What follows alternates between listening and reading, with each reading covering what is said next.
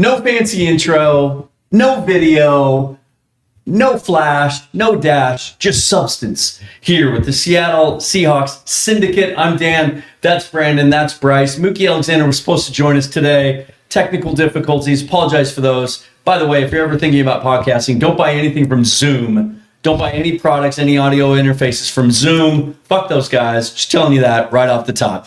We are here in Mobile, Alabama, Sweet Home, Alabama. And let me just ask you this for those of you in the comments, just trying to work out some audio levels. If you hear either one of us being a little extra quiet or loud at any given point, let us know. Again, fuck Zoom. And this isn't Zoom that we all used during 2020, and it's a different product. They make, I bought 1 million guitar pedals from these guys, but they're terrible at audio interface.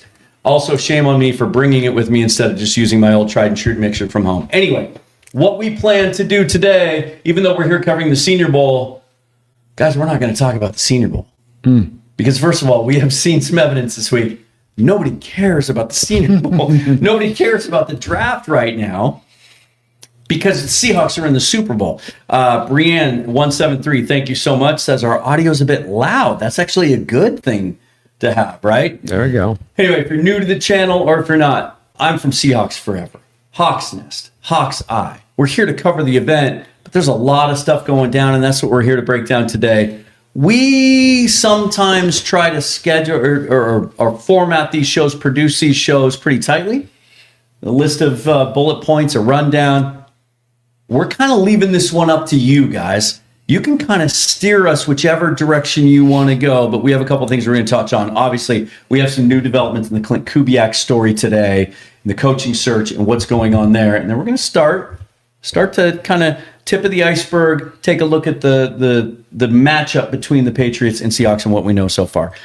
Brandon, first of all, the news today, the Klint Kubiak the news came out late last night. A second interview in Seattle on Saturday with the Raiders, also interviewing with the Cardinals. I don't think any of us take that seriously. And then the news today that Davis Webb, one of the other prominent finalists that we knew of for the Raiders job, has withdrawn his name from consideration. All signs pointing to Klint Kubiak being the guy no matter what? Or is there still a sliver of hope that the Seahawks can get their OC back for next year? I mean, there's a sliver of hope, but I think at this point, you'd be kidding yourself if you weren't deluded into thinking that he's not going to basically go to the Raiders. Webb's move in particular and him pulling himself out of the running seems to indicate that they are, at least, the very least, hot to trot on Kubiak's services. And the fact that they've waited this long through the process, that they've really doubled down on waiting through this process. There's been no we're touchy of getting another guy in here. They've just kind of sat in the cut and waited on this one. And that does lead me, as we're looking at this situation kind of go up and down as far as him coming back.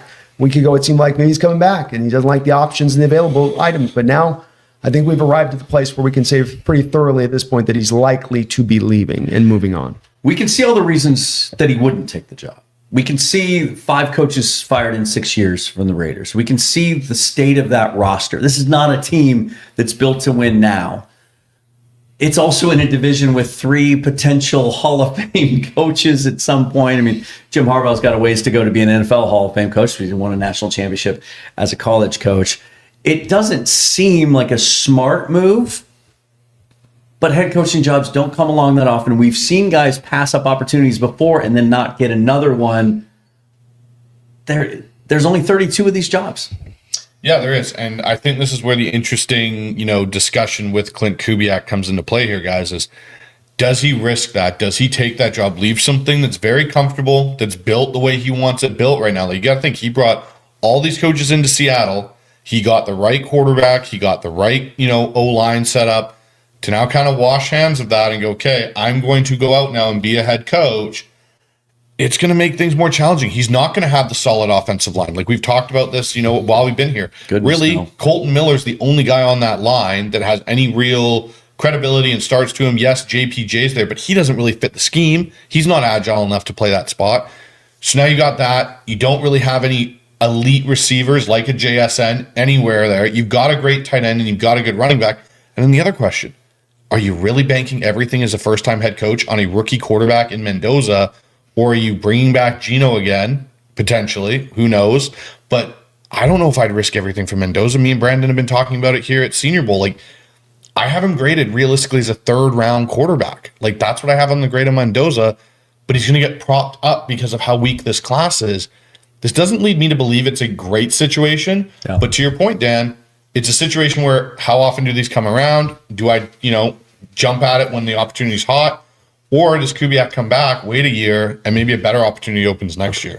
Well, and this is a really great point here from Only Glove. Kubiak's dad has a great relationship with Spytech, the Raiders GM, and we've come to learn in the last couple of days, something that it escaped my notice anyway, that Spytech was actually in Denver during the 1 year that Klint Kubiak was there as well with Nathaniel Hackett and Russell Wilson, right? And we know how that went. But Spytech and Kubiak is actually, it's kind of circulated on social media the last 24 hours of an interview he did with The Athletic this season about how influential Spytech was when he was there, kind of helping him feel comfortable with the Denver situation and encouraging him to really trust what he does and believe in himself as an offensive coordinator.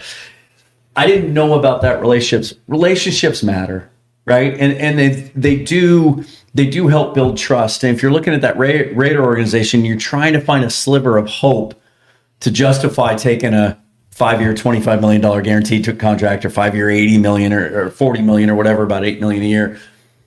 It makes it easier if there's a guy and if there's a guy named Tom Brady in the building too that maybe you respect and think a little bit of his football knowledge. Yeah, I think it's just that personal relationship becomes the great thing that pushes this probably past the finish line, because when you're given a deal like that and you're giving it blind and you don't know the guy, you don't know the family, you don't know, you're just kind of guessing on, I like the guy, kind of interviews well with us. But if you've actually got a track record with the dad and you know that the dad's going to be supporting the son and you know what the son brings as far as a supporting cast goes with him and the connections around the sport to build a staff, because building a staff is another big important part about head coaching, not just being the head coach, but can you build a great staff? And I think those 1-2 will be enough on this. That's to me the thing that's signaling to me that this is getting done, is along with the fact that the Raiders are taking so long as they have. It just screams we're waiting for Kubiak. Andy has a novel idea here. Just give him $30 million for 2 years to stay. So sounds good in theory, right? Money for coaches doesn't count against the cap.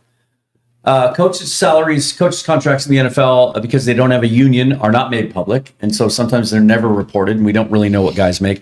But offensive coordinators don't make as much as I think some fans believe. Most of them make around $1 million a year. Am I not mistaken? It's about that or less. Yeah. And I think you're right on. I love the comment on the potential of if you want to get ahead of this and try to rectify this situation, because you think it comes down to money.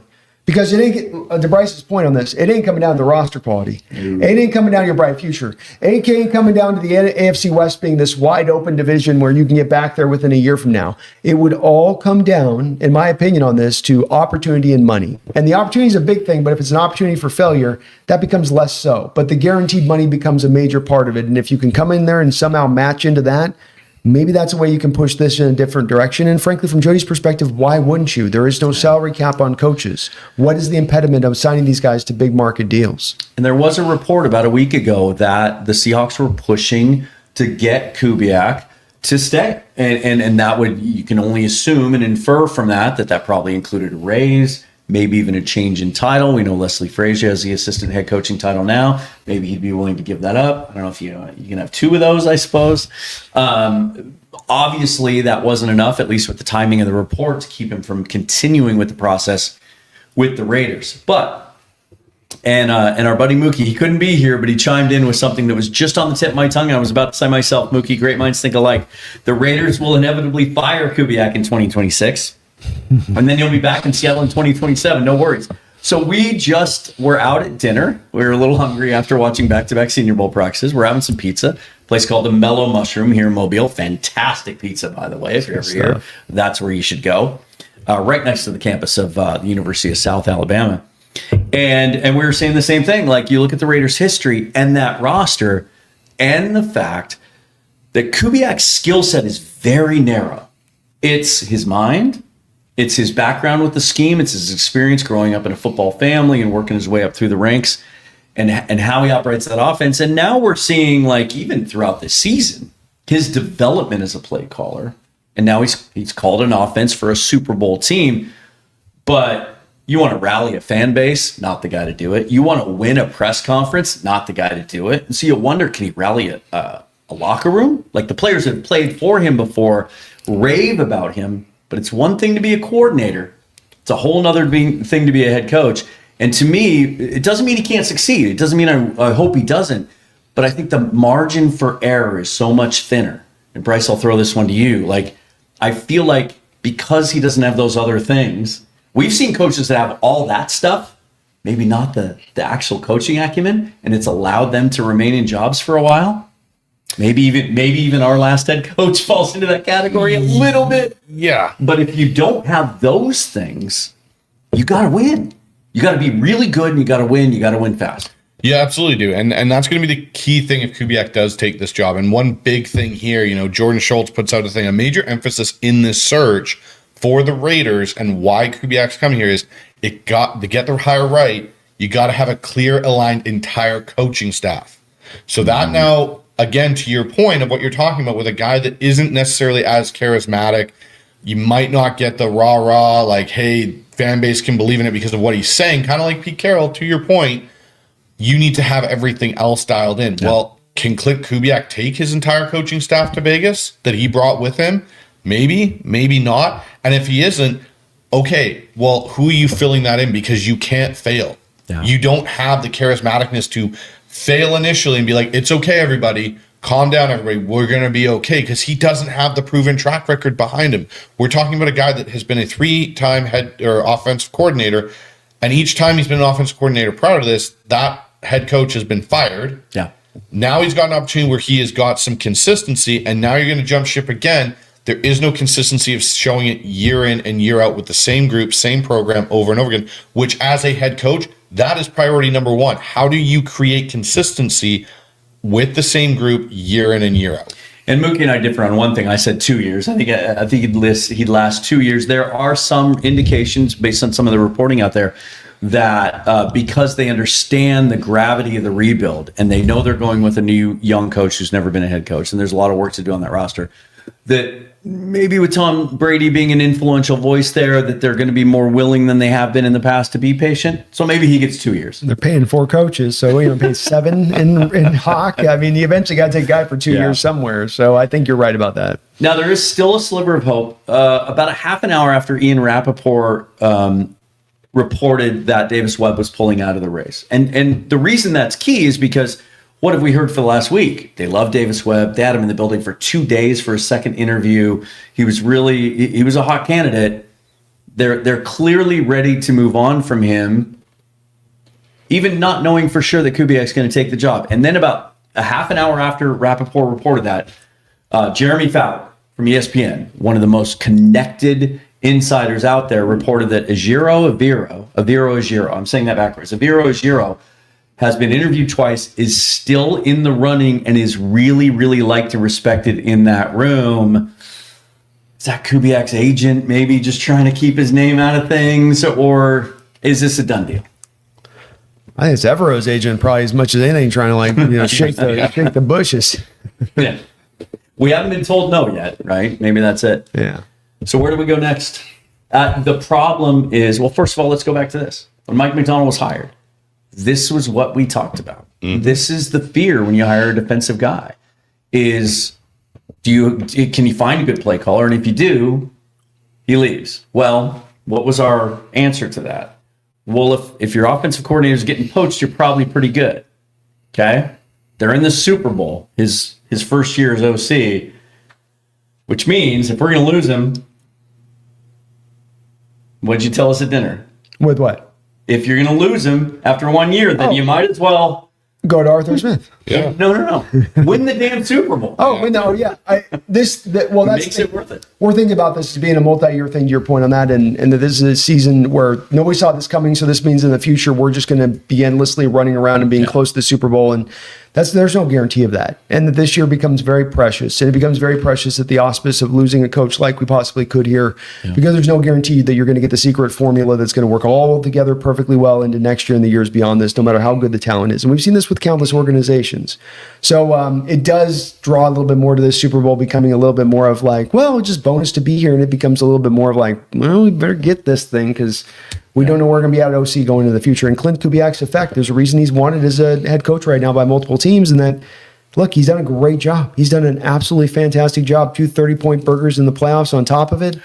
it's going to be a loss. If We can see the development, the evolution, the adjustments, the wrinkles that he's added this last half of the season that have really worked. Hold that Arthur Smith thought, because we're going to explore that pretty deeply.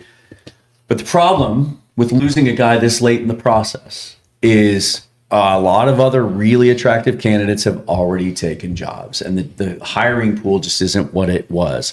You're also concerned about what you touched on. That's losing your staff. It wasn't just hiring Kubiak, but if you guys remember, this process was excruciatingly drawn out last year, and it was frustrating for all of us talking about it, monitoring our Twitter every day, trying to wait for breaking news. They looked in a lot of kind of non-traditional areas. There was some thought given to almost a co-OC situation when they were talking about Hank Fraley and who he might be able to combo with. But now there's a lot of guys that just aren't available. We've talked about some candidates on the staff. A, is there anyone on the staff that you would feel confident that's ready for the position to call plays now? And B, does it help them potentially keep some of that staff? That's a really interesting question, because to feel comfortable, no. I don't feel comfortable with anybody on our staff to call plays right now. To be truthfully honest, I don't, because none of them, you go to Jake Peets, who I do like, you go to Outen, none of them really have a great history of calling plays and being successful in it. Outen has the 2022 season in Denver. We all know how that went with Russell, with that group that was there. Well, then did Kubiak start? No, Outen started as the play caller. Correct. And then they stripped it from him and they gave it to Kubiak. Exactly. So what does that tell you, for one? Two, you go to Jake Peets. He's had a little bit of it in Carolina, but not much. He was at LSU for a bit, calling plays in college. They ran the ball well. It wasn't a really explosive offense, right? Because then they moved from Jake Peets to Joe Brady, and he came in with that Joe Burrow group. There's no one on the staff that I would say 100% I'm confident, you name him OC, and we're going to be just fine. If you do go the Outen route, there is a chance you are keeping some continuity. Jake Peets maybe stays, and that's maybe where you get in that kind of, hey, Jake Peets, you're going to basically handle the passing game. Outen, you're going to be OC and handle the run game. Maybe we can keep John Benton, and Rick Dennison only goes with Kubiak to, Vegas if he does leave. But this is where, for me, if you're going to hire somebody, I think, to Brandon's point, me and him agree on this, it's Arthur Smith, because at least Arthur Smith has been a head coach. He's also been an offensive coordinator. He has called plays, and he could assemble a staff that know his scheme, that know what he's about, that can come in and lessen that blow if you do lose Benton, Outen, Dennison, all to Kubiak going to Vegas. You mentioned Arthur Smith. There's a reason for this. It's not just, throwing darts at a dartboard, but it was widely reported when Mike McDonald was hired that Arthur Smith was his first choice. And maybe it wasn't. There were different reports. I think Schneider was on board with it too, but I think McDonald specifically liked his scheme, liked what he did, and wanted him to come on board. Smith couldn't wait out the process, and he took the Pittsburgh job, obviously, because he wanted that security of just knowing he had a gig. He just recently took the Ohio State coordinator job, which caught a lot of people by surprise. He had OC interviews, he had head coaching interviews this year in the cycle, but we did as much digging as we possibly could today, and there is no report that he has signed his contract yet. They have reached, or they are working towards an agreement, was the last report, and that was about a week ago. It's possible that the door is still open if they should go to Arthur Smith.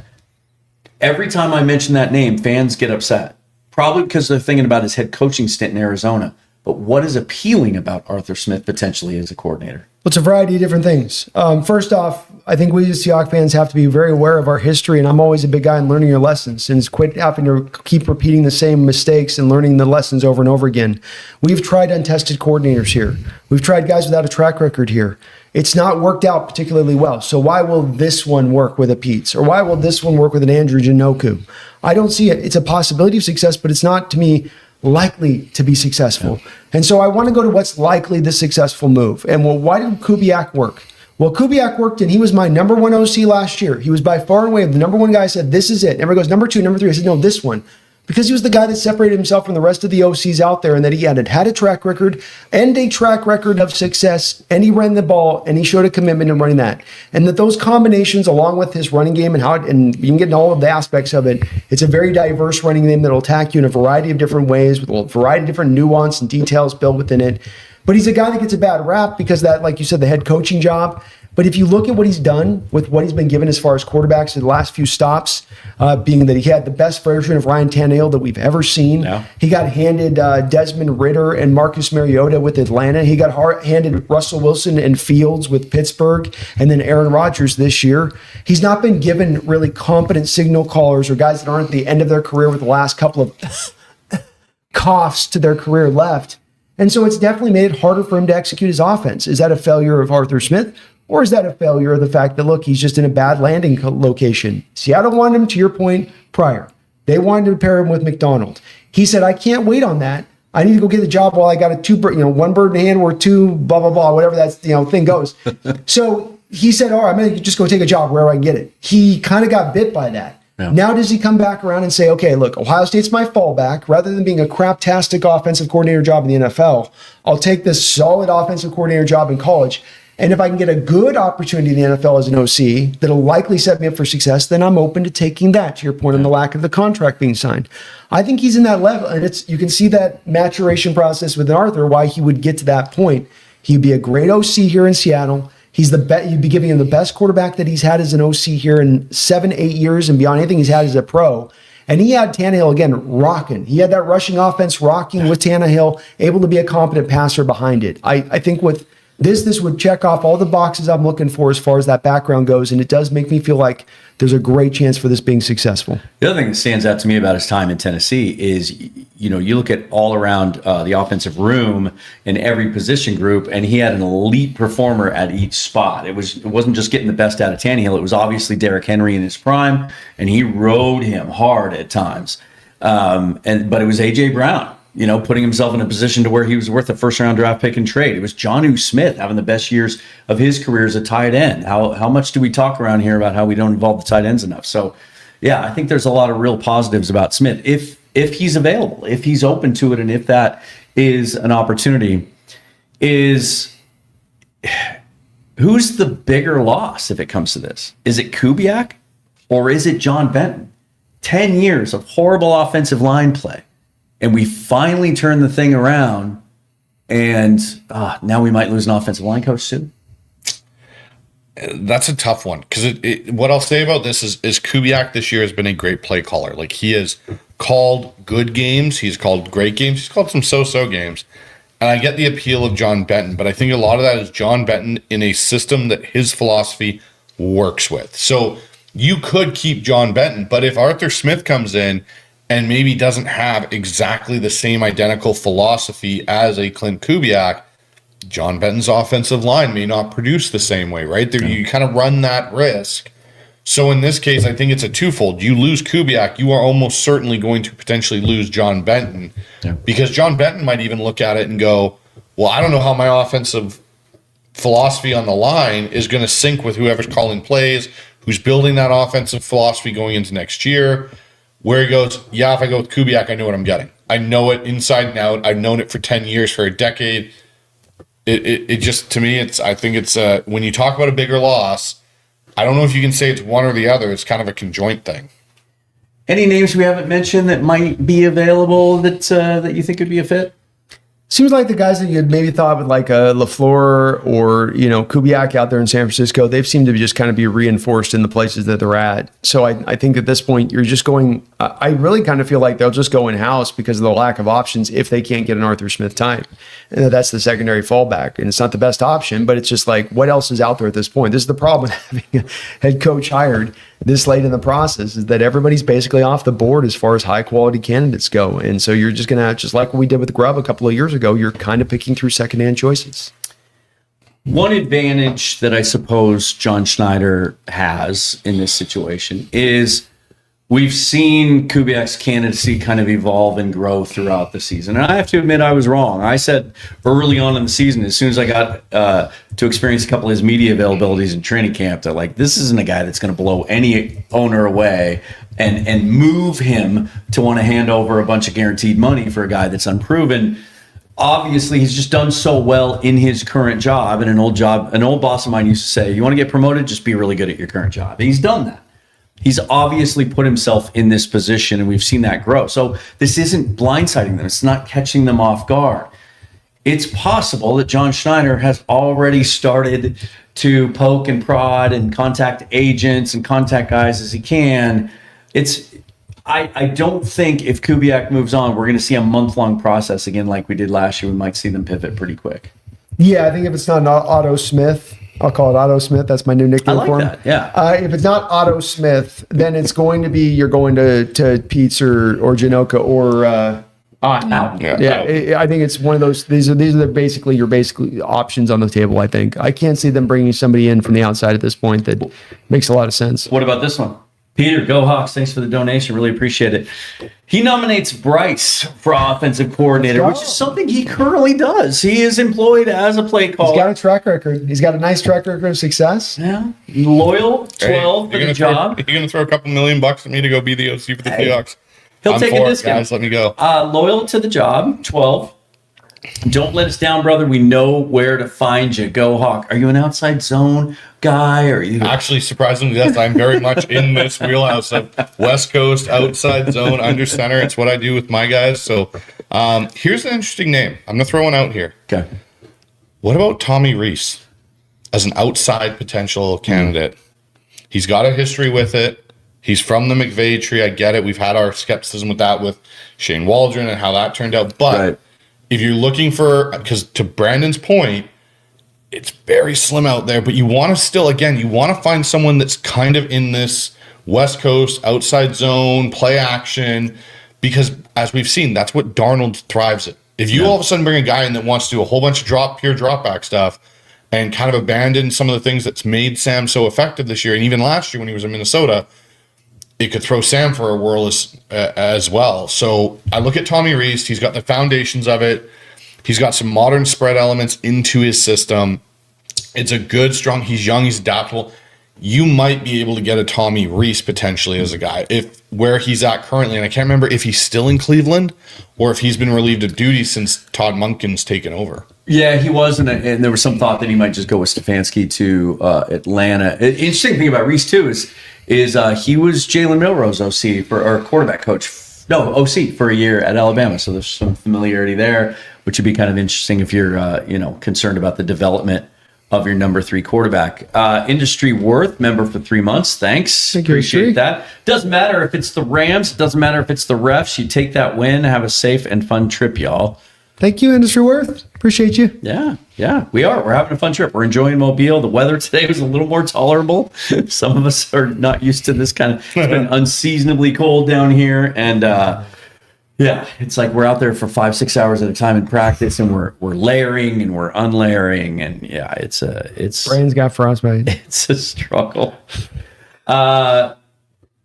The Snail 4671, thanks for the $2 donation, says, what about Phillip Rivers? Now he expressed interest in coaching, got an interview Buffalo with the Buffalo Bills for head coaching job, and then removed himself. Just said he wasn't ready. He just took himself out of consideration. What do you got? I was going to say Tommy Rees we can't get because he's been given play calling duties in Atlanta with Stefanski. So he's out. Now, here's another. Don't know that it's a perfect scheme match, but we know how interested the Seahawks were and how intrigued they were by Mike Kafka 2 years ago, right? The former Northwestern quarterback came up, started his coaching career under Andy Reid in Kansas City, goes to the Giants, and that whole thing was just weird where they tried to interview him. They interviewed him twice for OC, but Dable blocked it, even though he didn't have play calling duties, said he was going to give him play calling duties, and then stripped him from him again, and seemingly every year. Then they tried to interview him for head coach, or they did. No, that's what it was. They interviewed him for head coach first twice. He got a second interview. Then when they hired Mike McDonald, they reached out to the Giants again, tried to get him to come in as an OC. He's in Detroit now, just took a job there, but he's not the OC, so they wouldn't be able to block anything. Is there any intrigue at all or any thought that they might go back to that well? Maybe. We just don't know about Kafka. We don't know what he is. Again, but Kafka, he kind of got into that vertical passing attack, right? That was something he kind of lived in for a little bit there. RPO. Okay, here's a thought. I'm just throwing this out there. There is one other veteran coach currently without a job. Darrell Bevel. We know the Jets are looking at Darrell Bevel. We'll just say that much. Another option, and I think I'm going to get a little pushback here from Brandon. Matt Nagy as an OC.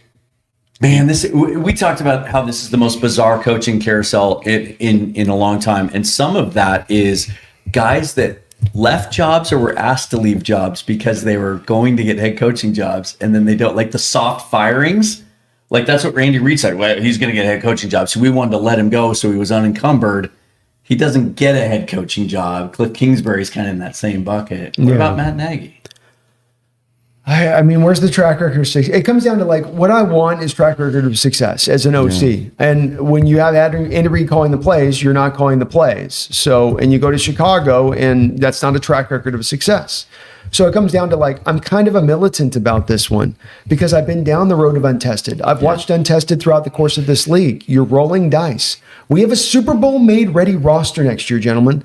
The thought process that we're going to sort of roll dice on a positional coach to me seems like a pathway to seeing the season failure at the doorstep of that very thing you choose to do. So if others are comfortable with it, that's great. I'm not, because I don't want that to be the failure for next offseason. I don't. And I think that there's a reality that could be the case. We have some guy who's like, I'm just kind of figuring it out, man. Yeah. I'm just like, this week was good. That week was bad. That didn't work. Okay, that worked. Okay, that didn't really, I don't want to go through all that. I want a guy that's gone through the ups and downs and understands how he's got to call a competent game. Because let's remember, it's a defensive-minded head coach who's driving the greatest defense in the sport, along with the greatest special teams in the sport. We need the offense to be pliable. It cannot fail. It doesn't have to be the smashing success of this year in top 3, but it cannot fail.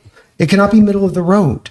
That's to me where I think you're walking down that pathway when you go to untested, unproven with an OC who's never called it and has never had actually the success if he has called it. The other thing is if you hire an unproven guy and he has a good year, he gets poached. Like now because he's hot and he's young and he's fresh, and that's what attracts some of these teams.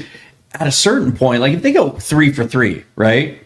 And they hire a new guy for next year, and then they go win another Super Bowl or whatever, and they lose at a certain point, do you consciously and intentionally try to find like the offensive version of Steve Spagnuolo? You try to find the guy that's unhireable as a head coach, but that you can go with, or do you just keep rolling the dice and trying to get the best? You're attacking it from a negative angle there, right? Yeah. Like that's the same thing of attacking a roster base from fear-based approach, right? And does that lead to success, fear-based approach towards roster building? No, it doesn't. So why would it do that with coaching?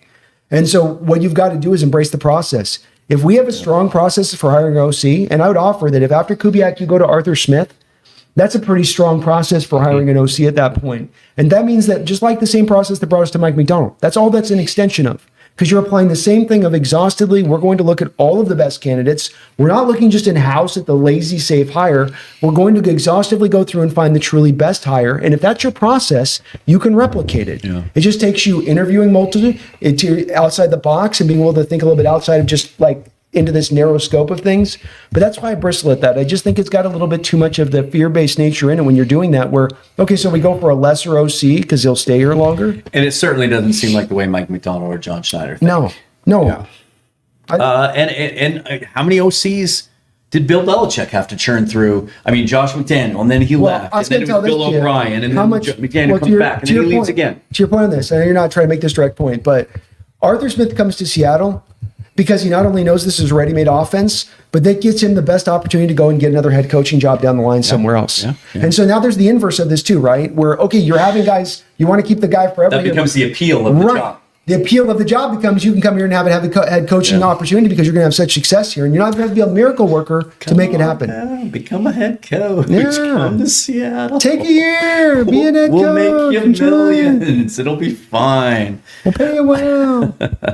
That is a great point. If you're nervous about a reduced hiring pool, man, whoever is available and willing to take the job, you're going to be the most attractive open OC job that you could ever ask for in the NFL. Right. There's an argument to be made, and we'll see what happens with Rashid Shaheed. We're all confident he's going to come back and be re-signed. He said that's what he wanted. The team said that's their intention.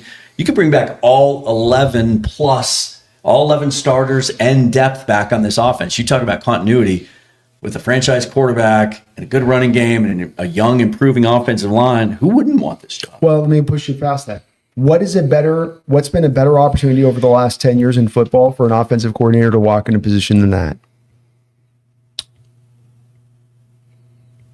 maybe the second time Josh McDaniel went, or the first time he went back to New England after he failed in Denver, and Tom Brady was still He there. had Tom. That's all he had was Tom. What else did he have? I got enough. one That for was you. enough It's for when that. Kyle joined Dan Quinn in Atlanta. You had Matt Ryan, you had Julio Matt Jones, Ryan you had Devontae. Yeah. You had that group. You had Tevin Coleman. You had a two-headed running back attack. That was probably the only time. Roddy White at the other Roddy wide receiver. White, Yeah. like, That's not a where you bad. That's walk- probably as close as you get. Yeah, because you had Austin Hooper at the time, at the height of his powers, a tight end, being one of the better young up-and-coming tight ends. Like, that was when a OC walked into a situation, you went, yeah, I've got firepower. Like, what? See how that's where I would go. But it's an equivalency, right? It doesn't supersede it. It's an No, it's equivalency. They didn't have the literally offensive it's like line. a parallel to that situation. So just on an in-house comparison here, guys, if you compare Pete's and Outen, because they're the two real in-house candidates, that if they have to go with an in-house, Pete's is an OC at the NFL level, zero experience calling plays. Justin Outen has it where he called plays in Denver. The one thing you're getting, though, and this is the big thing, Pete's more pass game focused. That's been his whole repertoire, really. Right. Outside of being a running back coach in college for a bit, that's really kind of his focus. Outen, not so much in the pass game, run game, O-line's kind of his thing. If you look to modernize the offense more than what it is, you probably lean to Pete's. If you look to keep what you've got going continuity-wise, what you do philosophy-wise, you go with Outen. And so that's where I think if they're going to go in-house, I think after what Mike said, they're probably leaning Outen. Give him that title, but Outen may not be, it may be what we saw with Bevel and Cable back in 2013, 2014, 2015, where you have a guy that specializes in one thing, and I know it's a scary thing, but maybe this is a way we keep it from not going off the rails if you can't get an Arthur Smith, because that's the key thing. And I'm in total agreement here with Brandon. You go after Arthur Smith. You come at him with a big boatload of money and go, hey, look, ready-made offense, don't come in and screw it up, and we're off and running. And you may parlay this into another head coaching opportunity.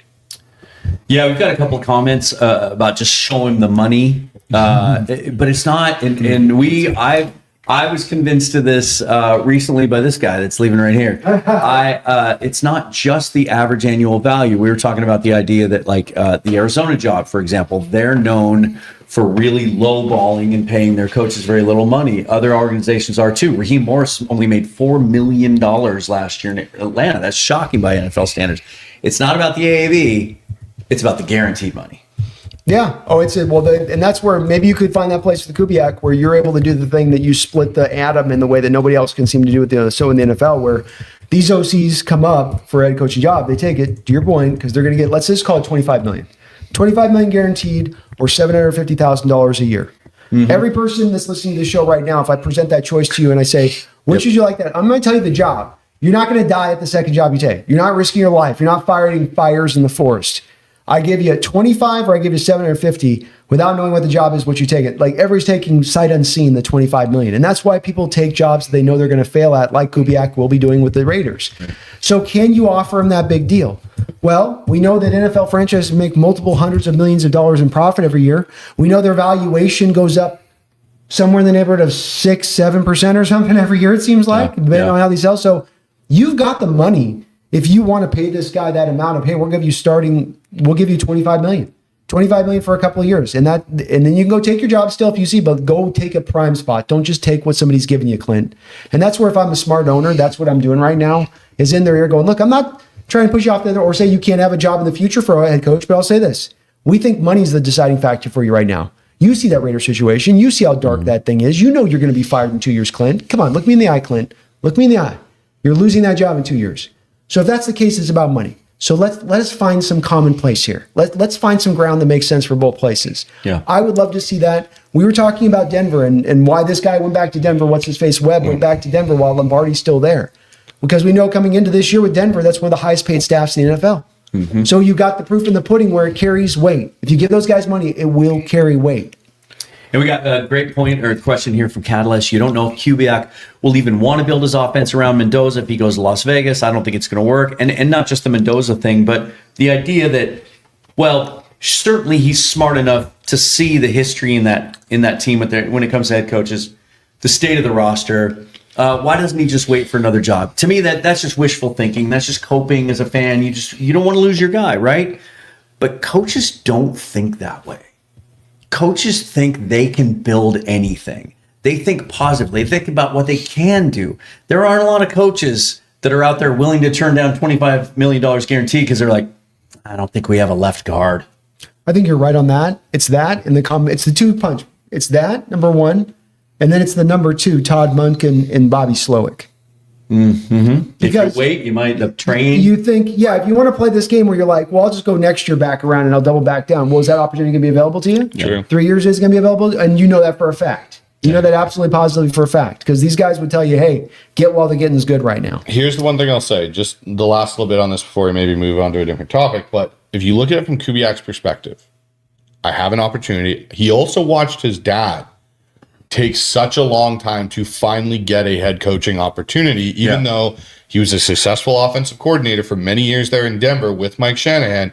It took him until the mid to late 2000s to finally get an opportunity in Houston after they went through all the initial turmoil there. Then he's a head coach. The next time is Denver after he goes to being an OC again for a little bit, and he gets a ready-made team in Denver. The Spy Tech connection's big. The one thing I'll say on Kubiak's side of this, though, like looking at it objectively, not even because I want him to stay, there is a better opportunity potentially next year with some of these teams that are still in turmoil. We look at Cincinnati being one, right? Zach Taylor is going to be on a short lease this year to produce, and if he doesn't, he's out the door. Minnesota, Kevin O'Connell, as much as he's a great offensive mind, you put your stamp of approval on J.J. McCarthy and let Sam Darnold and Daniel Jones out of the building, and your team went from being a team that was 14-3 last year to being a basic dumpster fire this year from the majority of the year. There will be opportunities potentially for him next year with better rosters and better situations. And you will have that 2027 draft class to really, if it's not a quarterback on the roster, but the rest of it's good, to really get a guy that potentially could be elite. Where you look at this group, we've seen the guys at Senior Bowl this week. Nobody in this draft class is worthy of a second or first round grade. Yeah, exactly. Exactly what Brandon did is exactly how me and him felt. We stopped watching the quarterbacks. It was not looking good. So if I'm Klint Kubiak and I need a quarterback to make my system work to a point, I don't need some elite guy, but I need a guy that can systematically run it. Mendoza, as much as he's been great, isn't going to come in and master Klint Kubiak's offense and be successful day one. He's just not. There isn't also the talent in certain areas of that offense for it to be successful for him. That defense is a mess. Yeah. Who's Klint Kubiak bringing in as defensive coordinator, right? That's a big part of this. What does your entire staff look like? Not just the guys that are going to help you on offense, Clint, which is great, and hunky-dory. Who are you bringing in as defensive coordinator? Because I guarantee you're not going to get Aiden Durde in there. You're not going to get any of these guys from Seattle coming there. Maybe Carl Scott if he feels like he's up for it, but that connection even between Carl and Clint's only from this year. It's not like there's a long-lasting, history of it. So when I look at this, I go, okay, guys, how am I building the staff? And if I'm the Raiders, I'm sitting there going, okay, Clint, it's great you can bring your offense guys, but we also need to stop the other team from scoring. Yeah. And we've had a real problem with that. Yeah. And look, we got a bunch of great comments, and these kind of represent them. I understand this viewpoint. Clint, KJAB87, thank you for chiming in. Clint will not leave. It was a huge deal for he and his family to move again because of his kids. He said it in the presser. They'll up his salary and we'll go to the Super Bowl again next year. Well, we've kind of touched on most of those points. But the moving around thing has been brought up by numerous people in regards to Kubiak and even John Benton. Like maybe he's older, he's been doing this for a while, maybe he's done. None of those moves were for a head coaching position. And the presser, this is to the Seahawks press credit on this. They've asked him these questions throughout the year, right? Because he didn't just become hot to trot at the end of this thing. Mm-hmm. He was through the process, and they came up and they sort of were probing around him. Do you remember this moment in the presser where they're asking him like, so, you're getting a head coaching job. Was the next thing you want to do is just bounce around and go? And they were expecting him to do the very answer to this. And I love it. It's a great comment, K-Job, that they were expecting. I think they were kind of setting him up like an underhand to be like, yeah, I don't really want to move again after I just moved this last year. Yeah, we just got in here. I'm just arriving in there. That was not his answer. His answer was, my kids know that this is part of the process, which to me tells me if I get a head coaching job, I'm going to go take that damn thing. He also said, we get to see other parts of the country. We get to see new things, experience new things. And then he also said, when asked directly about it, he was very, very coy in the way that he did this. It was very clever. He said, my plan is to win a lot of games here in Seattle. Well, he's won 16 so far, and potentially that counts as a lot of games. It does indeed. So Brady Henderson just posted this. He goes, Kubiak, so it's off a retweet of Ryan McFadden, who does a great job covering the NFL. He goes, Raiders would be Kubiak's sixth team in 6 seasons. If he becomes the head coach, the last time he stayed with a team for more than 1 season was with the Minnesota Vikings from 2019 to 2021. Yeah. He was the QB coach there for 2 years before becoming the OC. Brady comes back with Kubiak has had to move his family a lot, either due to promotions or being on teams that change head coaches and basically being fired. He's talked about how tough that's been. Head coaching money is hard to pass up, but I've wondered if it would take the right situation to get him to leave a good one in Seattle. And that's the key thing. I think maybe one thing we're missing about this whole thing, guys, is yes, it is a head coaching job. Neither one of these situations, how are you selling yourself to Klint Kubiak? How is Tom Brady and that ownership group in Vegas selling their situation that they are now currently paying their 6th head coach or 5th head coach in 6 years, whichever the way that flips, and saying, yeah, we're not going to do that to you. We're not going to let you go after a year of it not being successful. Because let's be honest, that Raiders team is not going to win 10 games next year or 11 games. They were 30-14 this year. They're not going to flip that switch. I don't think. They don't have the talent. And this isn't the class to get that amount of talent to flip it. On the flip side with Arizona, we saw where Arizona's at. Yes, they have a defense, but that offense is even a bit of a mess. And on top of that, if I'm Klint Kubiak, do I really want to be in the same division as Mike McDonald? Do I really want to be in the same division as Sean McVay and Chris Shula? Do I really want to be in the same division as Kyle Shanahan and whoever they end up with DC, whether it's Schwartz or Gus Bradley? Like, that's not appealing to me either, because I'm going to be constantly measured against them. Well, the AFC West is not much different. Same thing, right? Yeah. Like, how are these teams selling themselves to Clint? So question you, Bryce. If that's the case and that's part of his math, which I agree with you, it should be. But if it's a part of his math, why is he playing footsies with the Cardinals and Raiders this deep in the process? The Cardinal thing is the Cardinal thing is perplexing. I think he is tempted with these offers. I think he's getting, like, you got to think, again, we're talking about head coaching money. We're talking about millions and millions of dollars. I think he may look at it, and maybe he's getting advice from his dad, which I'm sure he is, on, hey, look, this may be your chance at an opportunity, to the point you brought up. Like, maybe you don't get another chance for 3 or 4 years because all these guys hit and there's no room and no one's firing anybody. But I think that's why he's kind of toying with it. I don't know. It's just, to me, like, I'm looking at it from that perspective. If I'm Klint Kubiak, how are you selling yourself to me? See, that's where, to me, I think it's about everything you said is valid. So I'm not trying to kick the legs out under it. I just feel like you're this far into the process. True. Initially, we're a week in, and he's like, let me just see what's out there. Let's just throw it out on the vine. Let's see what's going to happen. Now you're deep in the process. Now the number of teams reduced down, looking for a coach, have been reduced down. Now you're late in the process and knowing how perilous it's going to be to build your staff. And so if you were taking that Raider into account, the Cardinal, you would agree there's two singular organizations that stand out as far as the inability for you to have success beyond what currently they're doing, but what they've done in the past. As far as you are getting fired within 2 years of these places, most likely. There's no way you use Kubiak and asking your dad's going to say the same thing. You're going to be like, well, I mean, unless you're a miracle worker, Helen Keller, you're going to be out in 2 years. Yep. So that's where I'm wondering on this. To me, my tea leaves on this is he's not bringing that into account because he's gotten this far down in the process to the Raiders and to the Cardinals both. That it's more of like, look, the intention probably went from the start at that point. Like, he takes his job. My thing will be on this. Your intention from the start was to take a head coaching job right from the rip. And then you just wanted to try to get to the best situation with the best money if you're going to get to this, because it's not about landing zone whatsoever at this point. Yeah. Agree with all that. And look, if we're going to end this, I mean, we could talk about this for another hour, but it's there still is a sliver of hope. And that is what Albert Breer told me on Tuesday. And that is, throughout this process, and the reason he's been so methodical about it is he's not sold. He's not sold. He's not sure.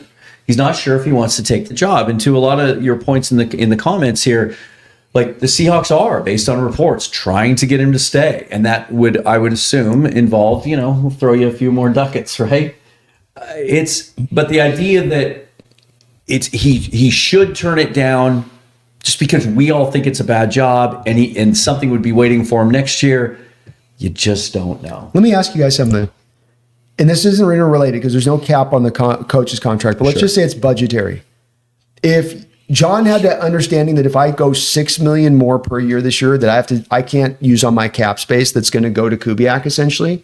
would you guys throw that money to Kubiak? Yes. Yeah. Would they? I don't know. I think they would. So Chip Kelly got $6 million last year, and that was reported as the highest any OC has ever been paid.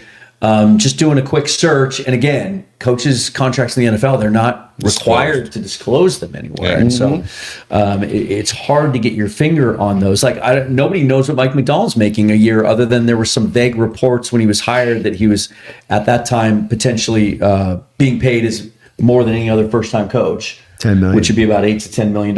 Yeah. Chip Kelly, $6 million. A couple of guys have been reported to have made $3 million a year. Todd Monken with the Ravens, and then surprisingly enough, Mike Kafka with the Giants, around $3 million, probably because the Seahawks were trying to poach him. So you're welcome, Mike Kafka. Maybe, yeah. It's again though, it just goes to the lifetime security with your family and everything else in the guarantee. Okay, last thing I'll put out to you. I'll give you guys a scenario. Sure. You have these two prominent NFL minds, Arthur Smith, Mike Kafka.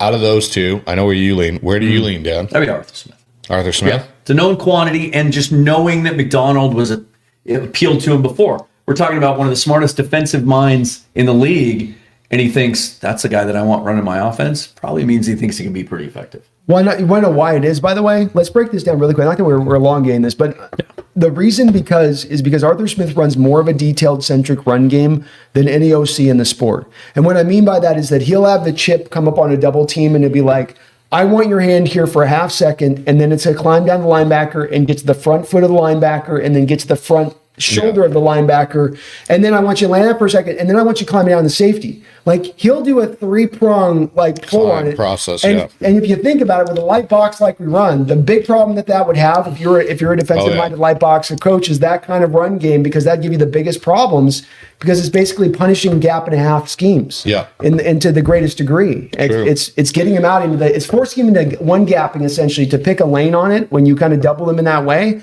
That's where I think he sees that.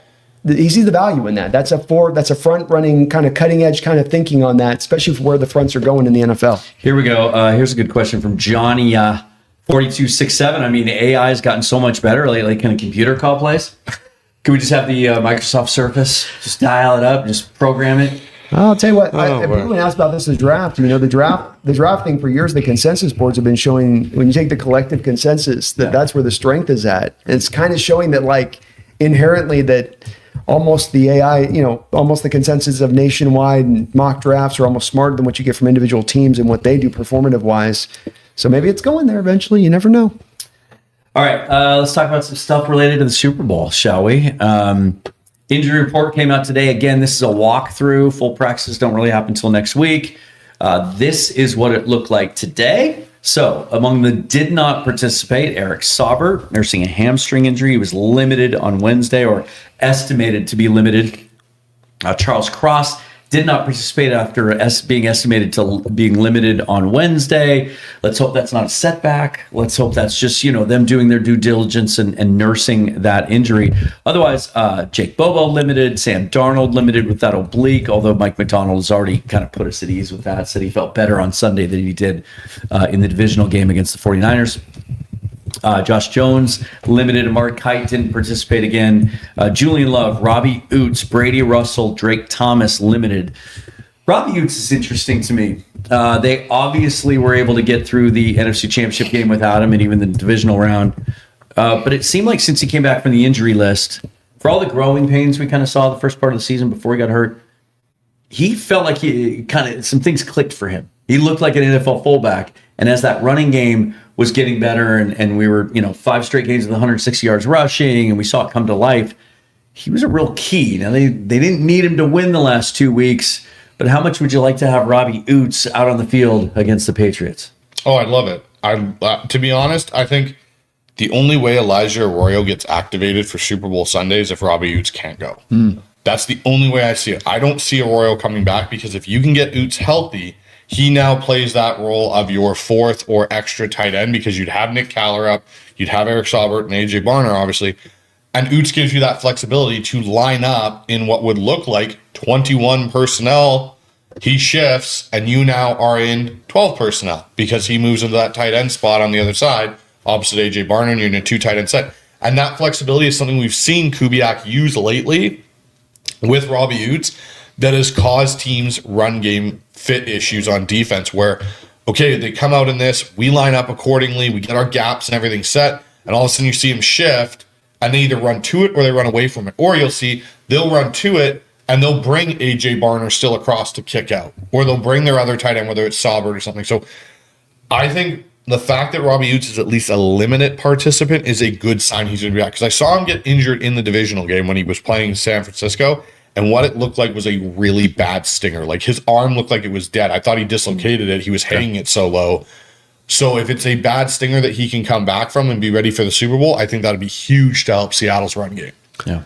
Agreed. Myself, the I formation and the offset I formation stuff they ran with the Niners was just brutal. I think that Vrabel is going to be heavily leaning into trying to take away the run game from the Seahawks. And the second he sees 21 personnel or 12 personnel, it's going to be an indicator to go base or go with those 6-man fronts that he can sometimes like to run. And if that's the case, now you're getting things set up for Sam on the back end. If it's a pass play, to have limited numbers on the back end like we had early on in the year, to where now he can attack some mismatches on that side of it. So I think he could be a very helpful puzzle piece into this. I agree with Bryce. I think if he's not able to go, that's probably the Arroyo activation that you go with as kind of a way to, give your next factor that you can kind of bring into play here offensively. Got some starred comments, some super chats to catch up on here. Lane Vanilla, the $4.99 dono. Appreciate that. Can we pull off this W? I'm so nervous. I can't function. We'll talk about whether they can win or not, obviously, but how are you guys right now with anticipation level? Like this 2 weeks, we haven't had to experience this in a while, 11 years to be exact. It seems like forever.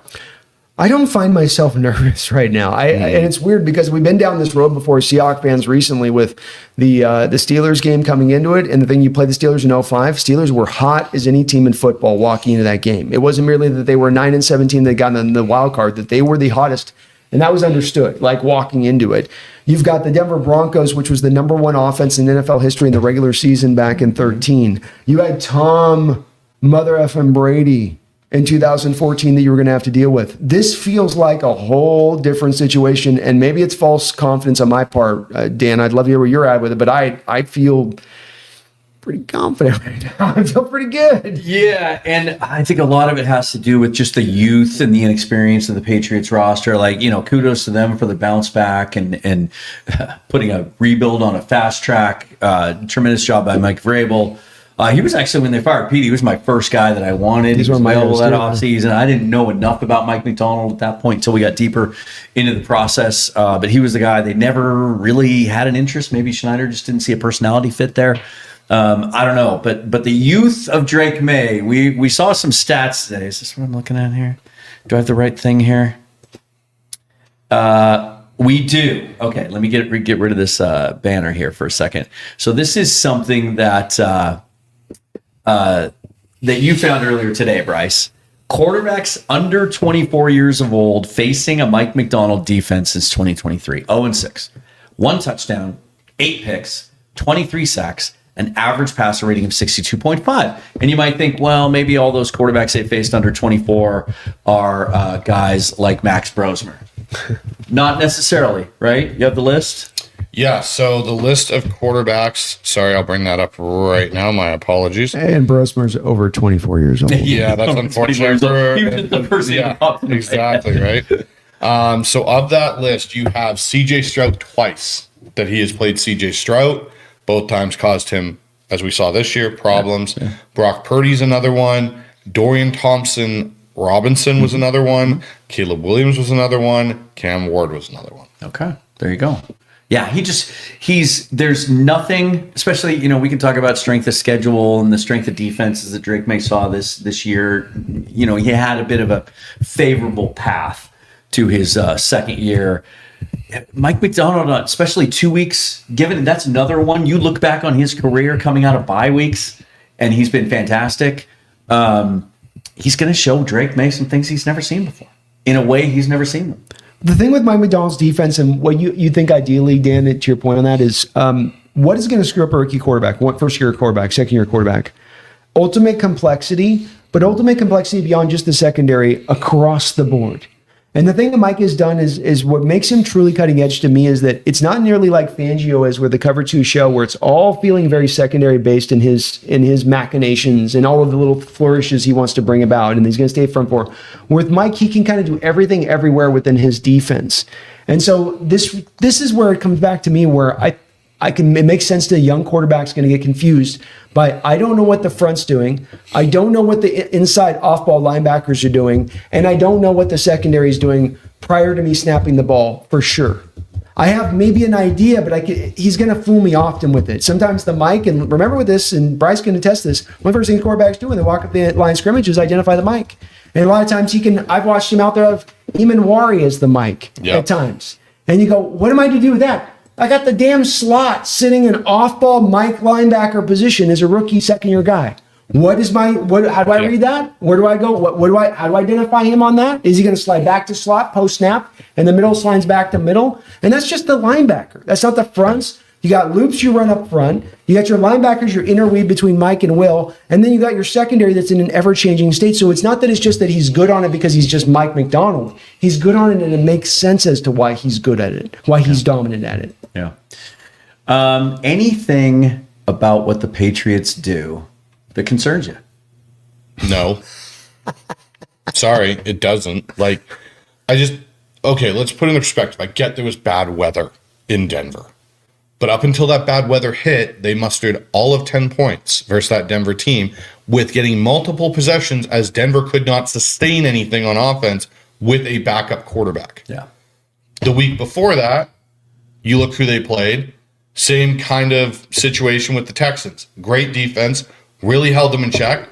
Texans offense could not get going. Just fundamentally struggled. Did not have Nico Collins in that game, which was a huge loss for them. Huge.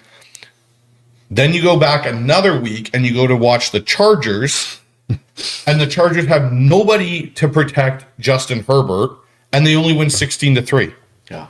What about you scares you when you look at what Seattle's offense has been able to do against better quarterbacks, better talent through their playoff run, even though San Francisco was beat up, you literally beat the piss out of the 49ers from the opening kickoff.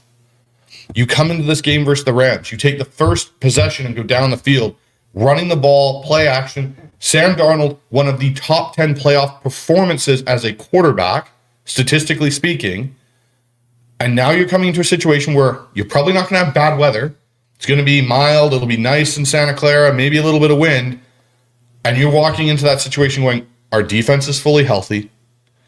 Our quarterback is playing at a height level right now where we see him playing as one of the top 10 quarterbacks in the NFL statistically. You've got a run game going. And, oh, by the way, yeah, you guys also haven't played against the number one receiver in the NFL. And I know Chris Sims says if JSN gets covered and Mike Vrabel takes him away, guys, we're in trouble. He's going to do that, man. Just take JSN away. That's all you have to do to beat the Seahawks. Just take JSN away. Yeah, just take him away, which I think there's there's been 19 games this year where teams have tried to do that, and some have been a little successful. Minnesota being the most successful, where we didn't really need him in that game. Yeah. But just make scoring drives. Did they take him away though, or did he just not have to do? That's my point. And you don't think Chris Shula's whole entire defensive philosophy in this last game was like, "Hey, we can't let JSN beat us." Oh, that's right. He went for 11 catches for 153 yards and a touchdown. Made probably one of the best catches of the year on that one-handed grab from Sam Darnold.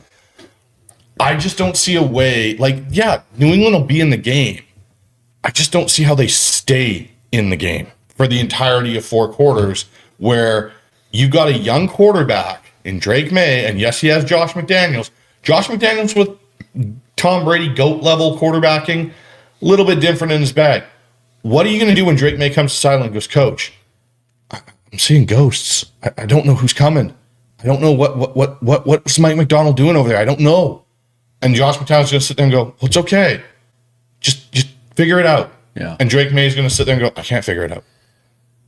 And we've talked about how the way that you can beat this Mike McDonald or challenge this Mike McDonald defense is you have to be elite. Yeah, we talked about this a couple weeks ago. That's why Matt Stafford, that's why the Rams are a tougher matchup. Yeah, they're tougher. And a few times around the block, you've gone. Yeah, exactly. And that's the difference between the Niners and why we've been able to really control that offense and the Rams, because Stafford can zip a ball 25 yards down the middle, down the seam into a window this big. May can do that, but he has 15 years less experience seeing it, doing it, feeling comfortable and confident in it. Josh McDaniel, I want to talk about him because I always kind of viewed him while he was under Belichick in New England as he took sort of a Bill Belichick approach to offense. And by that, I mean, Belichick was famous for, like, he didn't just run his scheme you didn't even know what his scheme was. He would completely morph it and reinvent it week to week based on the matchup and the personnel. Josh kind of does the same thing. Like, he'll completely, 1 week he'll run the ball 50 times, the next week he'll throw it 50 times. How do you expect him to try to attack McDonald? Well, I think what you can count on and what you can take advantage of with him, especially, is the shotgun looks. Because what you do with these young quarterbacks, as we've seen in recent years, is if you want to get them accommodated fast, you've got to run a heavy amount of shotguns so they can fall back on their RPO stuff from the college era and they can feel comfortable. Because if you have them running under center 24/7, it just isn't going to work. And when watching the tape of the Patriots on the first couple of games and watching them, that's just what they're doing. It is very much heavily in there. And I think if you're going to live that way, you're kind of walking into the Seahawks' jaws of their defense a little bit, because I just don't think you're as effective as running the ball when you're gunning under center like we saw the Rams do with Kyron Williams on a couple of games when they went under center to rush him. That was not a shotgun when they were doing that. Yeah. And I think if you think about it, to me, it's hard to run out of shotgun. It's easier on the quarterback. It's not as good for their RB. And so if that's the case, to me, this is where it's going to be very hard for the Patriots, where this is less about Josh wants to run this way, to your point. Does Josh ideally want to run this way in shotgun? Or is he running this way in order to get the most out of May? And if the answer is to get the most out of May, you're kind of dealing your strategies based on the limitations of your position and the youth of your position a little bit, even for a guy that's an MVP candidate like Drake May. Do you think Mike McDonald just kind of runs his stuff and kind of plays it conservative with the young guy and feels him out early? Or do you think maybe we see a little bit of an uncharacteristic approach as far as maybe dialing up more blitzes and sending extra rushers than he usually does? I think you're going to see a bunch of crowding at the line, and there's going to be an anticipation factor from McDaniels and May that they're going to bail out, and I think they're going to go. I think you're going to see Eamon Warrior come. I think you're going to see a six-man pressure and stuff like that, and I think Mike might come out in that first quarter and go, let's see how much we can rattle this young quarterback's cage.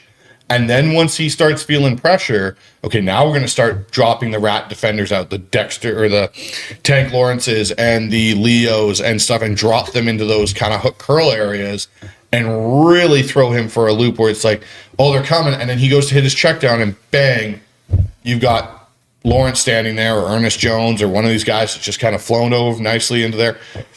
Man, I know we joke about it. I know there's been all the jokes put towards Sam Darnold about it, but if you go back and watch that game, what Bill Belichick in that game did to Sam Darnold is exactly what I expect Mike to do to Drake May, which is I'm going to throw everything at you and probably the kitchen sink and see, because you got to remember with this, like when Mike had the one hiccup where he even admitted to it was that week 16 game with the Rams, and he tried to install too much on a short week. He even owned it and said, I tried to do too much. You are now allowing Mike McDonald 2 full weeks of prep to go and know, hey, we're playing New England. I'm going to go through. And they saw a bit of New England last year. Let's not forget, week 2 it was, right? We went to New England. Yes, I get Gerard Mayo's out, but there's still personnel that carried over. They didn't have a complete roster overhaul. Mm-hmm. I think it just gives Mike some comfort. Like there's some O-linemen on that O-line that are from last year. Yeah. That he knows how to attack and how he can do things. And you got to think, Byron Murphy's a year better now than what he was last year as a rookie. You've got 2 better linebackers because you didn't have Ernest Jones and Drake Thomas or Tyrese Knight last year. You had Dotson and Baker, who couldn't do the things that these guys can do. You didn't have Reek Woolen playing at a high level. You didn't have a guy that like Nick Eamon that allowed Devin Witherspoon to play. Like, how are Diggs and these receivers going to run away from our DBs and create separation? They're not. They don't have a guy to take the top off of our defense. And you've got 3 safeties, not including Eamon Warrior in that conversation with Kobe Bryant, Julian Love, and Tyler Cotta, that you can roll in there. For Josh, I'd probably be sitting there going like, shit, what am I going to do to get some easy throws and completions for Drake to at least get him going? Because running the ball is going to be a bitch and a half as it is, because Seattle's got the best run defense in the NFL. Yeah, it feels like a situation kind of like we see when we see the 49ers sometimes, especially with their issues they had this year on the outside. That, I could see this game. I could see Travion Henderson getting like 8 or 9 catches, right? Like just trying to get it out to him in space, getting the ball out quick, getting the ball to the running backs. It seems tough. I mean, are you guys like me, though? It's like I'm so confident that this matchup is bad for the Patriots that I have to check myself from feeling as confident as I am, because it's the NFL, and we've seen 2 weeks to prepare. Anything can happen. Crazy stuff happens. Like, we're all talking about this as if it's a done deal. Does that make you nervous a little bit? I mean, there's a possibility anybody can take something in this game this time of year and anything can go down. I think that what we're trying to do is we're trying to break down how these stylistically match up against each other. And there's just no way when you stylistically match up the Patriots to the Seahawks, the pathway that they had to take, one of the easier schedules we've seen in not only just this year, but in recent NFL history, kind of is a bit of an impactful. Everything Bryce just said with that, which is ultimately a truth that you can't get around. You can't make Dre a 7-year guy when he's in year 2. He's got to go through those lumps to learn it. And Josh can't put training wheels on him in this defense and expect that he's going to be able to manufacture offense off the back of that, in my opinion.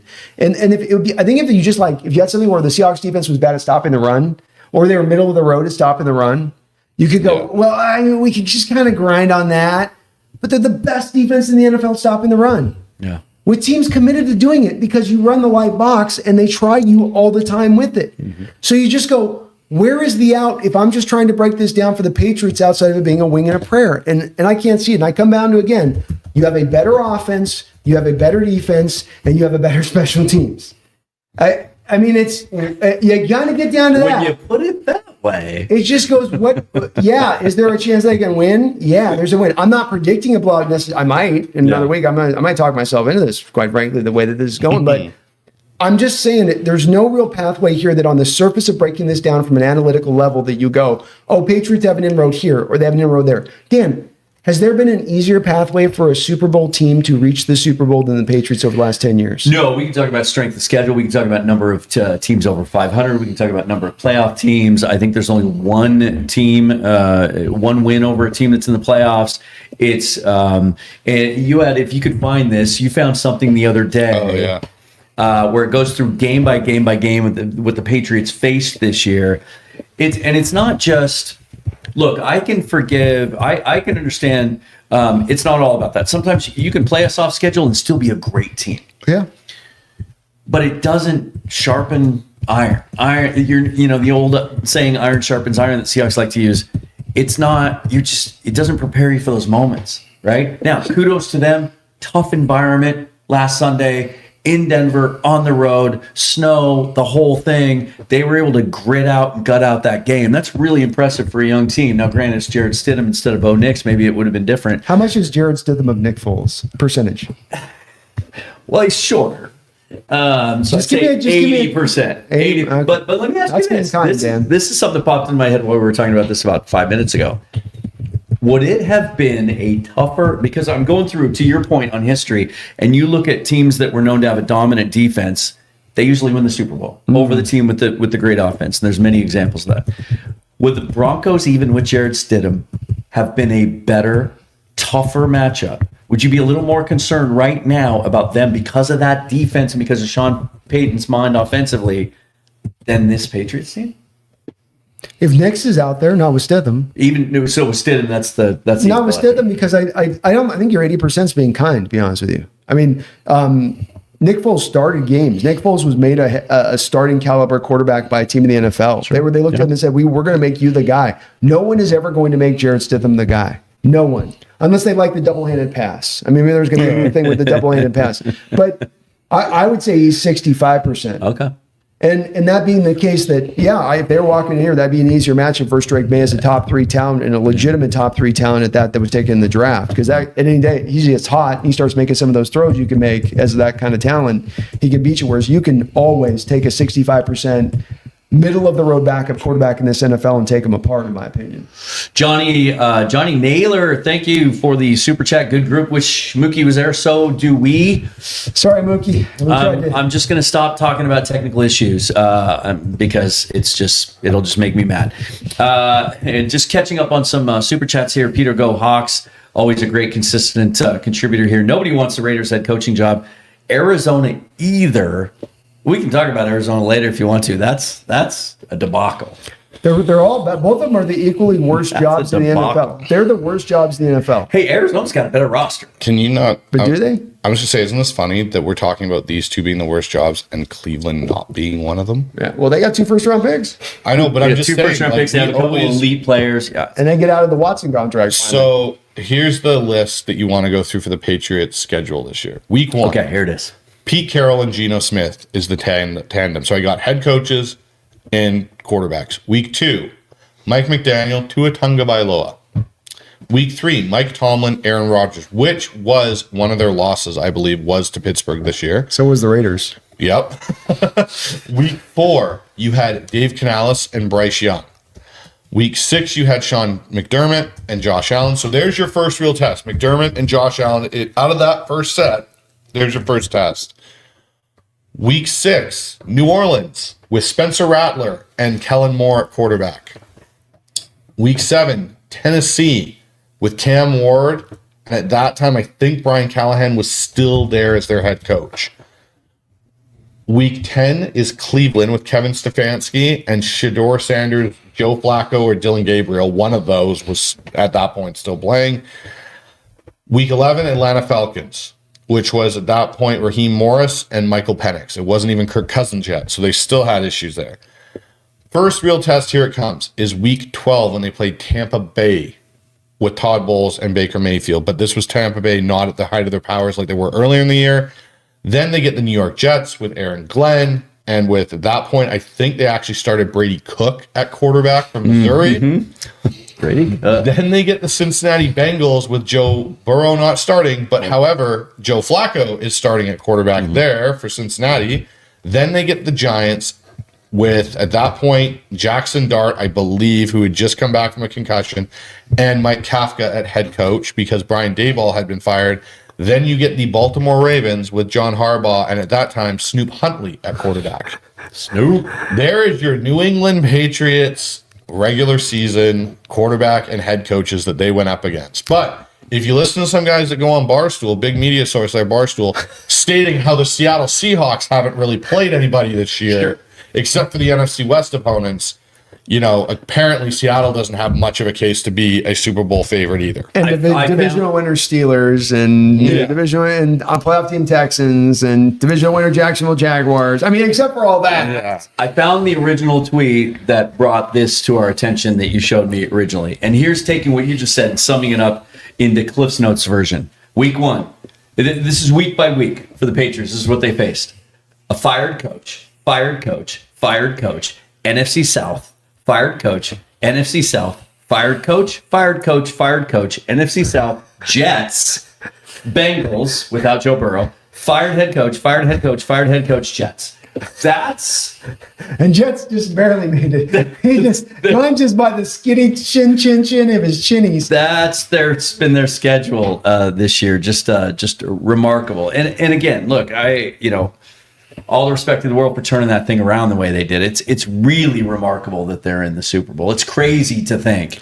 But then how look at their far playoff they've run. come. You played a beat-up Chargers team that couldn't protect their quarterback at all. he's bad. Even if they tried to hold the DNs, they couldn't protect Herbert.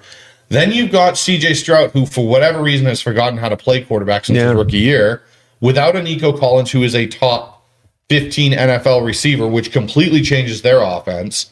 And then you walk in and play a backup quarterback that hasn't thrown a ball since 2023. Unlimited offense. An limited offense because of the fact that the starter broke his ankle the week before.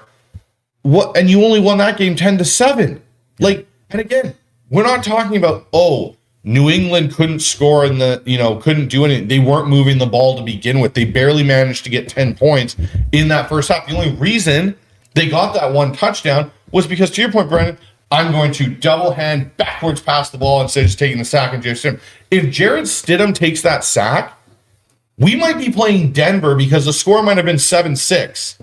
Like realistically, that's what we're talking about. They take the points on them early in the game instead of taking trying to go for the touchdown. They just take the field points. goal and they win. They win the game. Like this is what we're talking about. Like it wasn't like the Patriots outplayed Denver, and Denver had a backup quarterback playing in a very, very limited offense. Yeah, you're now about to go up against a guy who just came off in his biggest game of his life, his best performance of his life, out-dueling the potential MVP of the NFL in Matt Stafford and Sean McVay in a game that was 31-27, that wasn't anything of like, oh yeah, by the way, Sam, we're up 31-10. You can kind of just coast now. It was like, no, you still have to go out and be elite to win this game for Seattle. Want to catch up on some super chats and some starred comments. Peter Gohawk says, in all seriousness, I don't see Klint Kubiak going anywhere. Let's hope you're right. Hope you're right. Let's hope it comes down to the last minute and he just gets in there. If there's anything that gives me a sliver of hope, it's that they're interviewing him in Seattle and not Vegas. Like they don't have a chance to get him in their building in there and like be ready for him and have the big screen and have everybody, you know what I mean? It's might like almost be worse it's going to be Vegas. in a Marriott or it's going to be in a Buffalo Wild Wings in a private room or something in Seattle, like right after he meets with the Cardinals. You know what's something that's just dawned on me, and I can't believe I missed it in this whole thing with Klint Kubiak. Who was one of the other coaches that backed out of this that was up for head coach and had 2 interviews? It's Mike McDaniel. His brother. No, Clay, yeah. Clay. Yeah. Why would Clay back out and Clint still go forward? Little family deal. I don't know if it's that, but Gary got involved. It makes me wonder because let him go wait first. your chance. Who's older? Is Clint Wait older? your chance, boy. Is Clint wait older? your chance. I think Clint might be younger actually than Clay. Okay, all right. But to me, it's just Hook a brother up. Don't you upend your brother. Don't you do that to him. It's just something Your that's time will interesting. come. It's just something that's interesting to me that Clay backed out.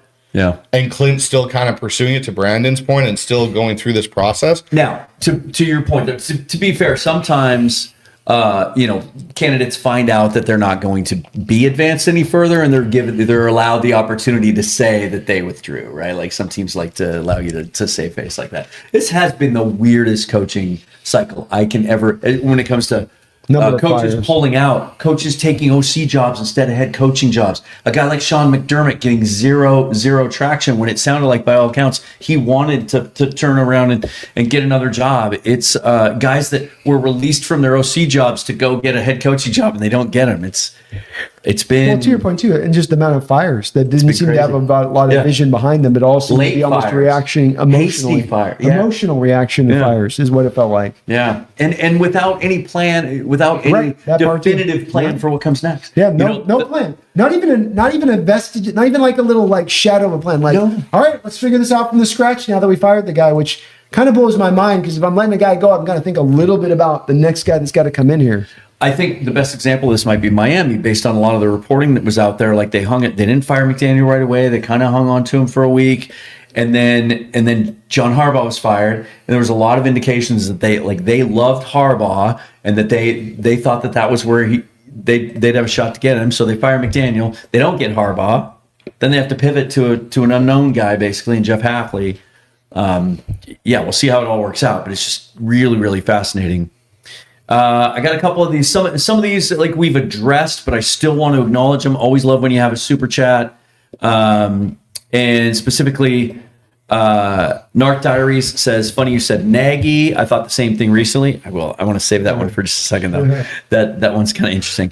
Then Peter Gohawks, with the Lord Disciple 777 says, "Can you explain to me what people see in Arthur Smith? Maybe I'm off, but he wasn't great in Atlanta." I think we addressed that. If you didn't, it's not the work he did in Atlanta, because now you're responsible for the whole organization and the roster construction of it. Yeah, it just comes down to if you're an offensive head coach and I don't get you a quarterback, can I just kind of lightly give a guy a little bit of a pass on that? Especially if he hasn't had 5-6 years there, but he gets the 2-year process. Yeah, everybody's living that Kyle Pitts doesn't become what we think he's going to become, but when it's Desmond Ridder throwing him the football.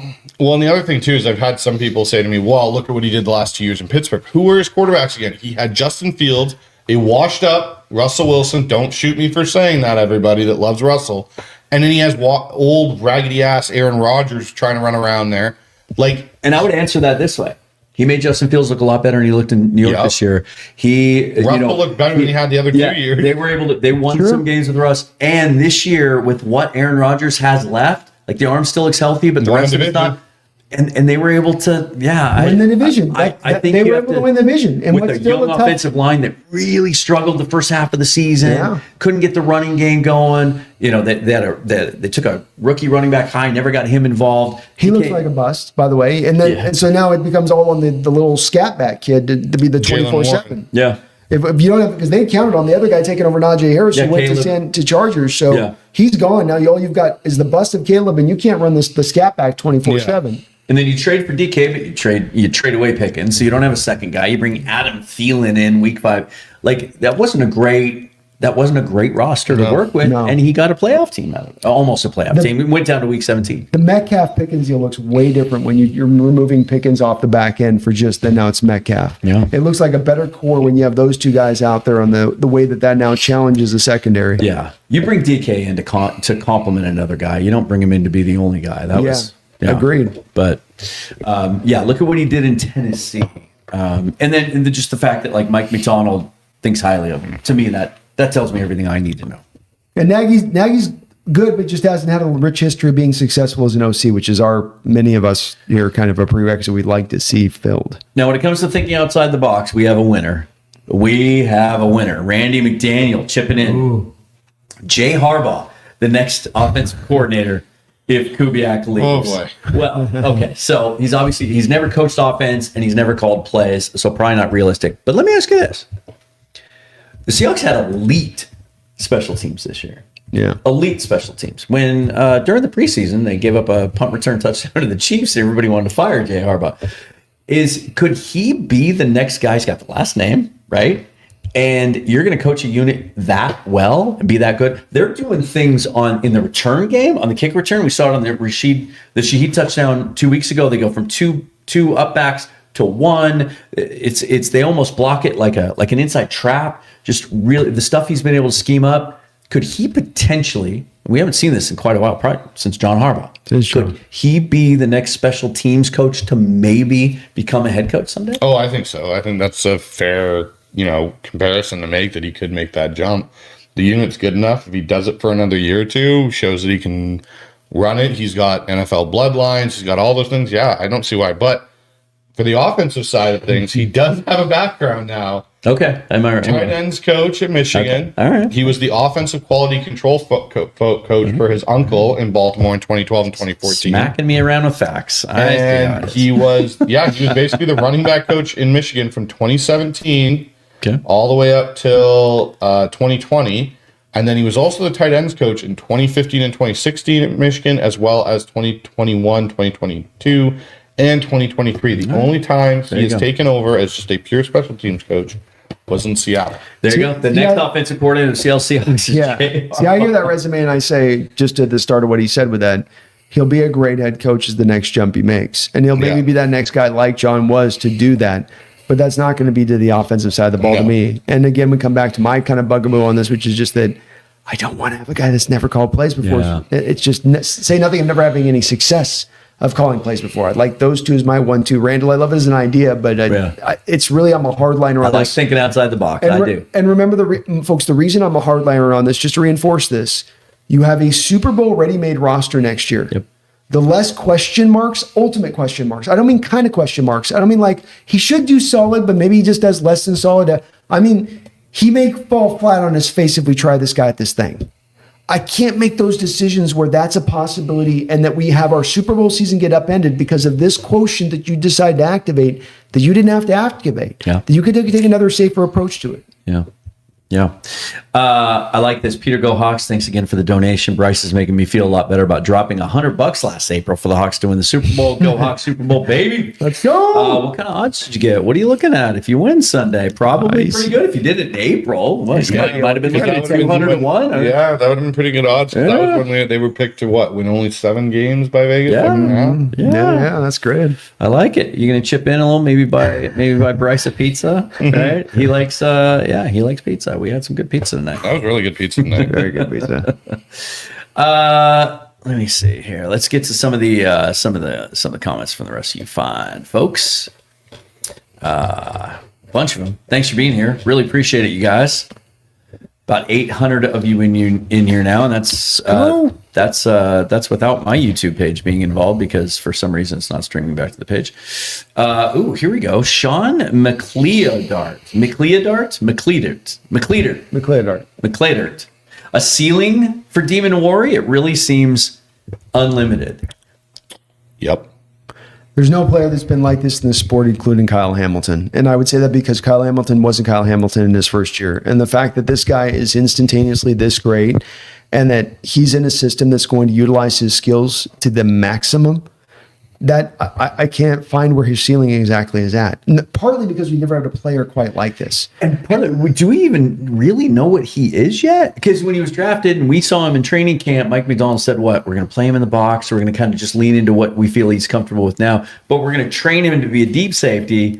Now you got McDonald saying, we're basically a 4-3 team now and he's playing linebacker. Yeah, do you think they've even changed their minds about what he is now? Yes, because I think that the idea was that we can train him up to be a safety and that they weren't as unsure about how much impact he was going to provide to this degree of impact, is what I'd say. Like, to be this much of a difference maker down by the line of scrimmage, I don't think that they kind of saw that out the box. And the fact that it is this way out the box tells you it'll only be better in the future.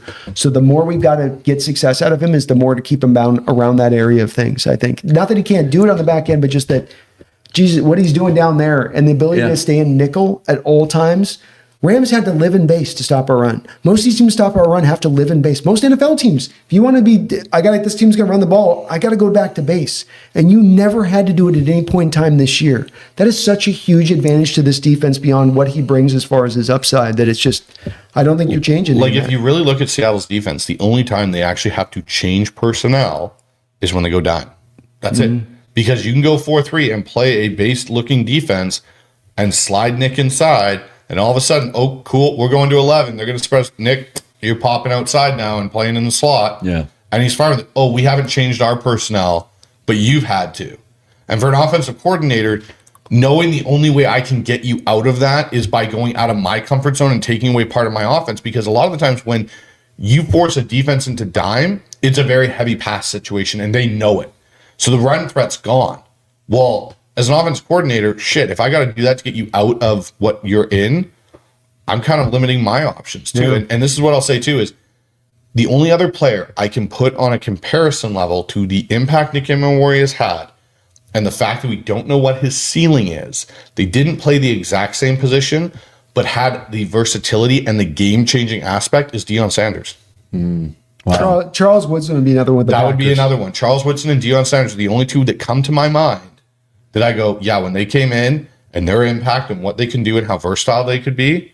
Like, you think about when Deion was playing, wherever he was, he automatically tilted the field. Nick Immoworie has started to do that as a rookie, playing in the box, tilting the field to Mike McDonald's advantage. Yeah. Like, I had Jason Aponte on from SB Nation covering the 49ers, and all he has ever constantly said is, I cannot believe the NFL was dumb enough to allow John Schneider and Mike McDonald the ultimate defensive weapon and give him to him, because you basically gave him an upgraded version, to your point, of Kyle Hamilton that can do more things because he's a better athlete. Like, you gave the defensive mastermind. It'd be like sitting there and going like, okay, Sean McVay, we're going to give you prime Tom Brady and see what you can do. Like, that's the same equivalent comparison we're talking about here. Yeah. Well, we were talking over dinner about what if he gets his hands on Joe Burrow. Let's hope it doesn't go there. The other remarkable thing about it is every once in a while in the draft we see a guy come out like this. It's like a Swiss Army knife or a jack of all trades, master of none kind of a thing. And he's so versatile. We can use him in so many ways, but he's not good enough at any one thing to make enough of an impact. I think of a guy like Justin Simmons. He was supposed to be that guy, right? He can play safety. He can play edge. He can play linebacker. And he's bounced around the league and had a hard time finding a home. That's remarkable to me. And also just watching his evolution, we went from early in the season, I think the impression he made on people once he came back from the injury was there were a lot of people that studied the draft that didn't feel like he was as physical of a player as they wanted to see from a guy with his size playing that position. And that's where maybe the Cam Chancellor comparisons were off base. And yet one of the first things we saw from him as soon as he got on the field is, Oh yeah, he's physical. He deconstructs blocks. He blows people up in the backfield. Now, 17 weeks later, we see him covering guys on the outside. And some people have actually suggested, as we look ahead to the offseason where we don't know what's going to happen with Rick Will and Josh Jobe, I've had people suggest to me, well, let's make Nick Amendola a full-time outside corner. Like, no. he could. They're not going to do that, but he could. But you lose the impact of the game tilt, in my opinion, because so if you say do that, if you do put him outside as an outside corner, you now truly have to do sub packages, because who is going to replace him as a Sam to nickel slot that you just slide? All you do with Nick, it's like, whoop, go outside, come back in, Nick. That's all you do based on what they're doing. You put him outside, now you're subbing. Now is it Tyrese Knight coming in for base? Are you then taking him out and putting Ty Okada or a new drafted safety into that role where he's coming in, or a corner? Like, that's where it changes. Nick being where he is allows you this freedom to go, hey, guess what? I don't have to tell you what I'm doing. It depends how you line up. And I'm going to either go into my base look and Nick's going to plus inside, or walk down on the edge and look like he's coming off of it. Or you're going to go out in your 11 personnel or whatever, and I'll just plus you back out, Nick, and you go cover in the slot. To Bryce's point on this, I think that we've seen the nickel position rise up in a way now where before outside corner was absolutely positively the more valuable position. Mm-hmm. I think that nickel has become, and especially when you can dictate formational packages to an offense off the back of it, it becomes even more important of a position and much more valued to keep him there then because of it. Yeah. We got a couple that came in a little while ago. They're just kind of off topic, so let's feel free to vary from that. Taker610 asks, now that Trey Hendrickson is a free agent, is it a slam dunk that he signs with the defending champs if Crosby is not an option? Getting ahead of ourselves a little bit there, Taker.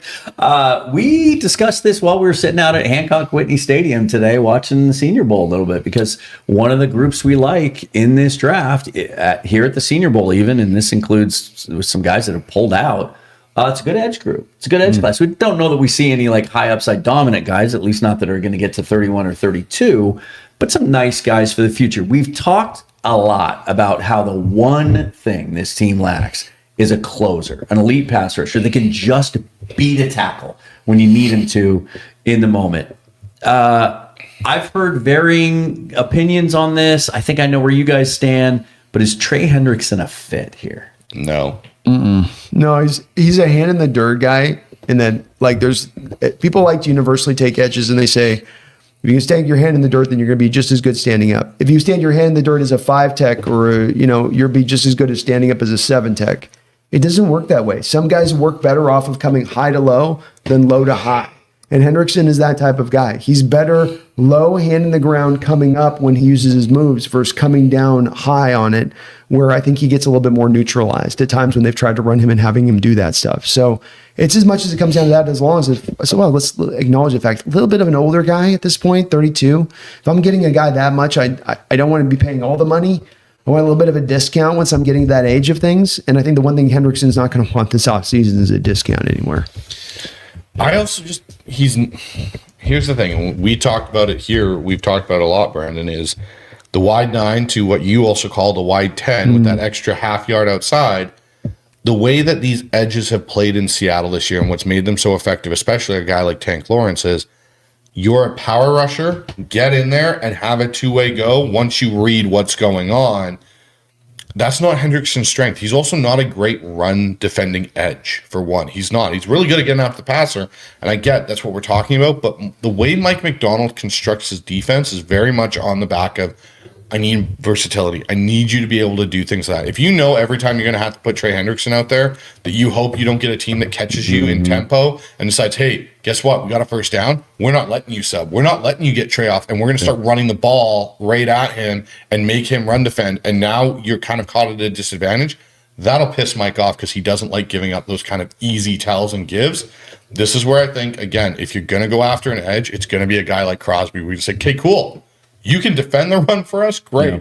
And third down, you're a hell of a pass rusher, go. And that's where, for me, when I look at this edge class, there's a lot of guys that, again, are, I would call them B-level players that you're going to get. You're not getting an A-level talent that's a dominant pass rusher, but you can restock that shelf a little bit. make some decisions. You're going to have to replace Boye Mafe. We all know that because he's probably not coming back next year, even on a prove-it deal. I just don't think it's a fit anymore here in Seattle. He doesn't fit the architect type of what Mike McDonald wants out of his ends. But we saw some guys. Derek Moore is one of them out of Michigan. Zion Young out of Missouri. There's a couple other guys here too. Sutton. They're Sutton from Penn State. There's a couple of guys here that are very interesting that fit that archetype that Mike McDonald wants, and I think could be available to Seattle, whether it's day 2 or whether they decide, hey, we're pick 31, 32 if they still have it, and they decide, hey, we're going to take a swing on one of these guys and see. Okay, we got to wrap up, guys, but we got a couple of donos to get to. And Bobby, sorry about this. Yours was going to be next. Sorry, I had it start. I kept going back to it.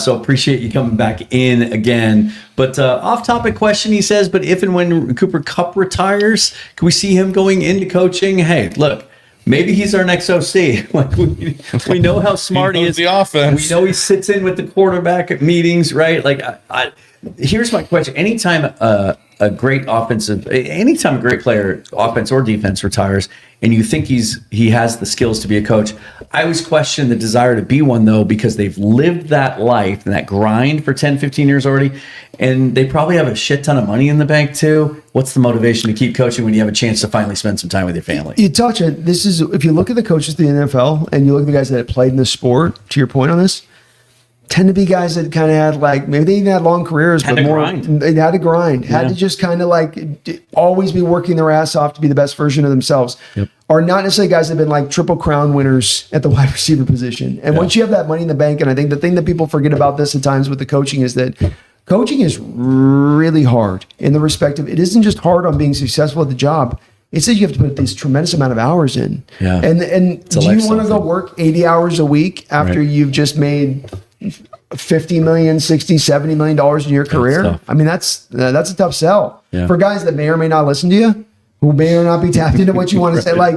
I think it just comes down. There's a reason that we see so few and frequently of these. And if we're making the guess, it's probably a guess that Cooper's most